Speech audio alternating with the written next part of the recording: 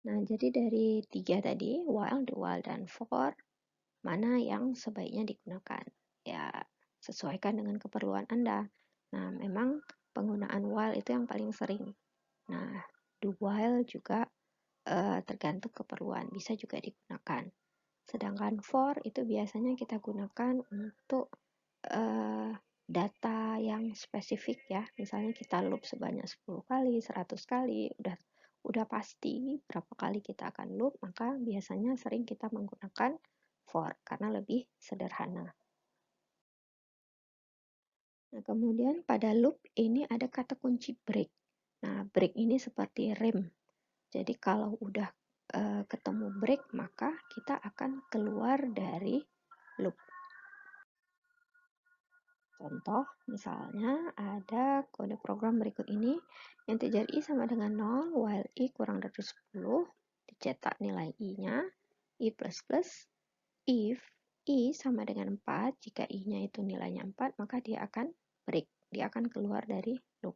Sehingga hasilnya yang tercetak adalah 0, 1, 2, 3. Ya, jadi 4 itu nggak dicetak lagi, karena dia sudah berhenti. Nah, kemudian continue.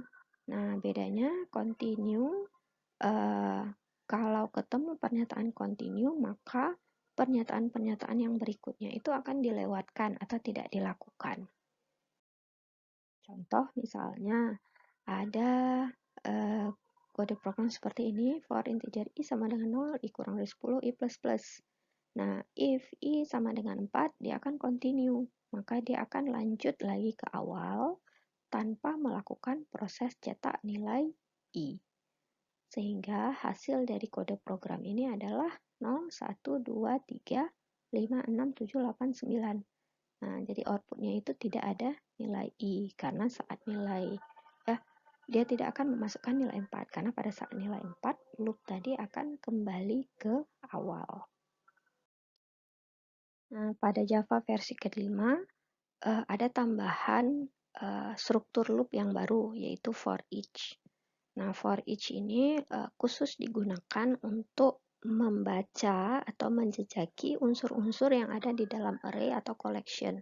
Karena memang sejak Java versi kelima itu mulai dikenal yang namanya collection. Nah, collection ini penggunaannya sangat penting ya, sangat penting. Nanti juga akan saya jelaskan pada materi-materi berikutnya. Nah, sintaks untuk membuat for each itu seperti ini, ada for, kemudian ini tipe data variabelnya apa, kemudian ada array ataupun collection-nya, kemudian ada buka kurung dan tutup kurung. Contohnya, di sini ada array, ya, ARR, tipe datanya integer, isinya ada 12, 13, 14, dan 44. Nah, di sini kita gunakan for each, ya, for, sebetulnya kata-kata each-nya itu tidak ada, tapi makna daripada for-nya itu adalah untuk setiap data. Nah, for, karena ARR ini adalah tipe datanya itu int, maka variabel tempat kita menyimpan data sementara itu juga haruslah int.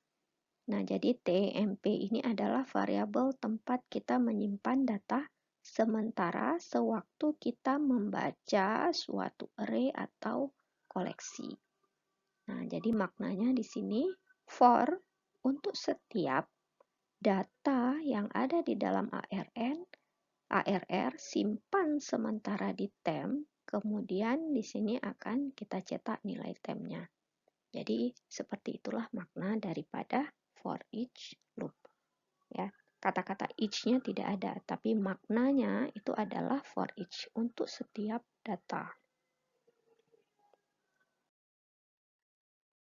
Oke, seperti biasa, mungkin ini sudah mendengar penjelasan dari saya, bisa saja lupa, ditulis mungkin lebih ingat, ya, dikerjakan supaya lebih dipahami. Jadi silahkan dikerjakan.